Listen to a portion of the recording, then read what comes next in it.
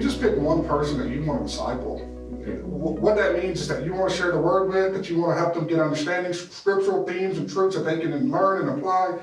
And, you know, we want to make it this and that. And I just, like you guys are touching on something that I think is what's driven my wife and I, is just that, okay, who are we talking to? Like, you know, who are we sharing our faith with? Who are we sharing our love for Jesus with? And it was that's kind of helped us. It's kind of, okay, there is a purpose to this time. Even though we're not doing it like we've been trained to do it, you know, there's a purpose to this time. Just those, I know I've said it over and over, just the connections is what's most important. I think the Lord will be most satisfied if he knows and he sees us reaching out to somebody and encouraging them with the love of Christ. And that's just paramount. I think even moving forward, Lord help us if we forget and go back to the way we used to do it, that we forget to just make connections with people. You know, we don't have to be scholarly, we don't have to be eloquent, just be compassionate. Just love people, encourage them where they are, learn what their issues are, and encourage them through those moments. Nick, there's something burning on your heart. Yeah, you said, you hit a word, there's a word that like when you said it like punched me, you know. So purpose. And so for a group like this, I believe most of us, if not all of us, are extroverts. We need that connection with people. We need to go out. We need to do, we are, this is how we recharge or we enjoy this at the very least. How about if I wonder if there may be a listener that listens to this at some point and says, you know what, that's not in me. I'm at home and now I'm feeling this way. I'm feeling without purpose. You know, what's next? You know, I think that's what I think we also need to look at is that for me, great. If you tell me, hey, I'm listening to some great ideas, I'm going to follow up. I'm going to build a shoot. And, you know, so I think it's great. But what if that's not your gift? What if, you know, you're a background scene kind of person? I think we also need to address some of that. Well, and we've seen that at our with our congregation. Our Hispanics have actually very much grown. I've got one lady, she's sort of got the reputation of being a difficult one. She has taken this opportunity. She's ministering in her neighborhood. She's checking on her neighbors. She's taking them food. She's praying with them. They had a death in their community. She was over there. She was praying with them. And I'm like, wow, this is what you were made to do. This is what we're supposed to be doing. So our Hispanic side, they're a little more outgoing. However, our Korean side is the complete opposite. Through this, they very much stayed in. They're almost comfortable being to themselves, being very cautious. And so where it's been fine for me, my Hispanics, they want to go out, we're going. He's had a whole different challenge in figuring out how to reach, how to connect with his part of the congregation, with the Koreans, because, I mean, even going to visit. I mean, there was one time I went to deliver some stuff and they were like wanting to keep that space, and I was too close to their door, even though there was a glass door in between us. And so I don't know if you want to touch on that a little bit. It's a little different, but like the people, even in the Jesus time, people are not interested in what we believe. They interested in what we do. So that's why there are a lot of followers. But Jesus picked 12 disciples and made them the people who can just share the love of God. So this pandemic, I think it's kind of like time to we know, I don't want to say, but sometimes we can separate from husk, from the weeds. Sometimes we cannot just expect the whole people just focus on what they do. Instead, we continue to the small things. We make a disciple, and then they can just go into the world. We can just spread all things, even though we have a failure. But we kind of, right now, I'm just feeling like I have a failure with my current congregation because culturally, it's different. So they kind of refuse if I approach. But I continue to make a disciple. Then eventually, after this, they're gonna go out, go into the world, and they do what we believe. So that's I truly believe that. I think people see what's happening though, and they realize that in the St. Francis of Assisi model, preach the gospel, use words when necessary.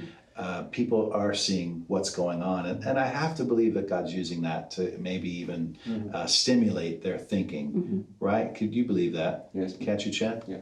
I appreciate that, and I wish that we all had 18 weeks of labor from a company leaving our churches to do it. But I guess I really want to keep saying I'm just encouraged that God equipped you to identify that you had bodies that could help. You had soldiers, willing members of your church that could come alongside your ministry, some who might have been out of work. I know in our case, a number of people that I work with were either furloughed, which meant they weren't sure if they were even going to come back to work. And, we all wanted to make sure that no one went without, but it was such a scary time.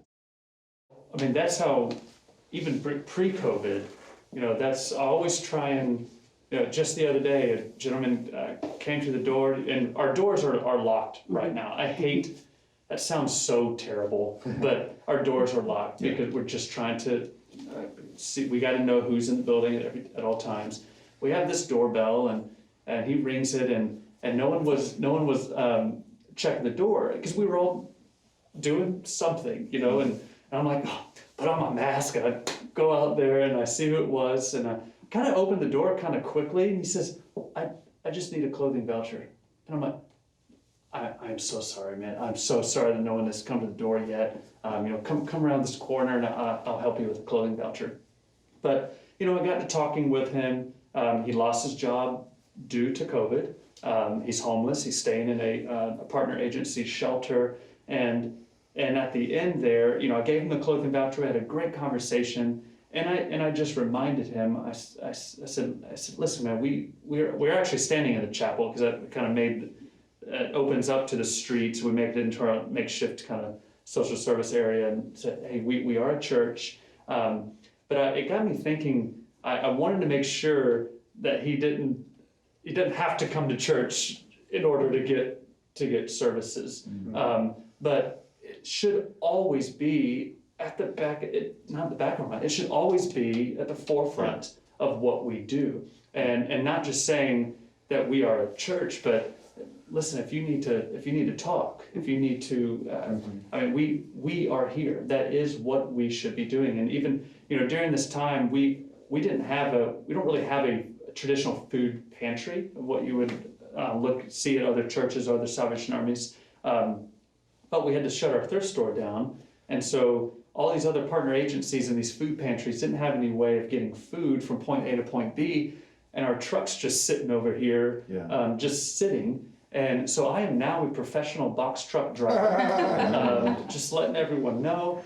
So that's really how we just said, okay, well, we'll fill the transportation gap in the county.